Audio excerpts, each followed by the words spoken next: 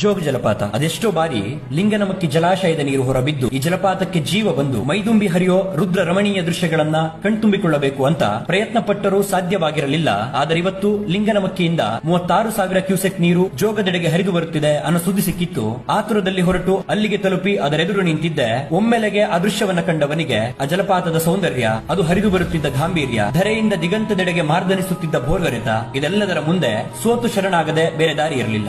Raja Rani Roarer rocket ಜೊತೆಗೆ ಇಡೀ ಸೈನ್ಯ ಸಮೂಹವೇ ಬಂದಿಳಿದಿತ್ತು. ವೈಭವವಾಗಿ ದುಮ್ಮಿಕ್ಕುತ್ತಿದ್ದ ಅವುಗಳ ರಭಸ ಅದೆಷ್ಟೋ ಧೂಮಕೇತುಗಳು ಒಂದೊಮ್ಮೆಗೆ ಬಂದಪ್ಪಳಿಸಿದಂತಿತ್ತು. ಶರಾವತಿ ನದಿ 4 ಸೀಳಾಗಿ 830 ಅಡಿಗಳಷ್ಟು ಪ್ರಪಾತಕ್ಕೆ ಬೀಳುವ ದೃಶ್ಯಗಳು, ಅದು ಸೃಷ್ಟಿಸುವ ಭೀಕರ ಶಬ್ದ ತರಂಗಗಳು ಹೃದಯವನ್ನೊಮ್ಮೆ ಕಂಪಿಸದೇ ಇರತ್ತ. ಸೆರಸೋಲಿ, ಎವಾನ್ಸನ್, ಆರ್ವೆ, ನಯಾಗರದಂತಹ ವಿಶ್ವವಿಖ್ಯಾತ ಜಲಪಾತಗಳು ಸೋತು ಶರಣಾಗಲೇಬೇಕು ಈ ಜೋಗವೆಂಬ ಕರ್ನಾಟಕದ ಅನರ್ಘ್ಯ ರತ್ನದ ಮುಂದೆ ಖಂಡಿತ. ಈ ಸ್ವರ್ಗೀಯವಾದ ದೃಶ್ಯವನ್ನ ಕಾಣೋಕಾಗಿಲ್ಲವಲ್ಲ ಅಂತ ಅದೆಷ್ಟೋ ಬಾರಿ ನಿರಾಶೆಯಾಗಿದ್ದೆ. ಹೆಣ್ಣು ಹೊನ್ನು ಮಣ್ಣಿನ ಜೊತೆಗೆ ಈ ಜೋಗದಂತಹ ಜಾಗದ ಅತ್ಯುನ್ನತ ಸೌಂದರ್ಯ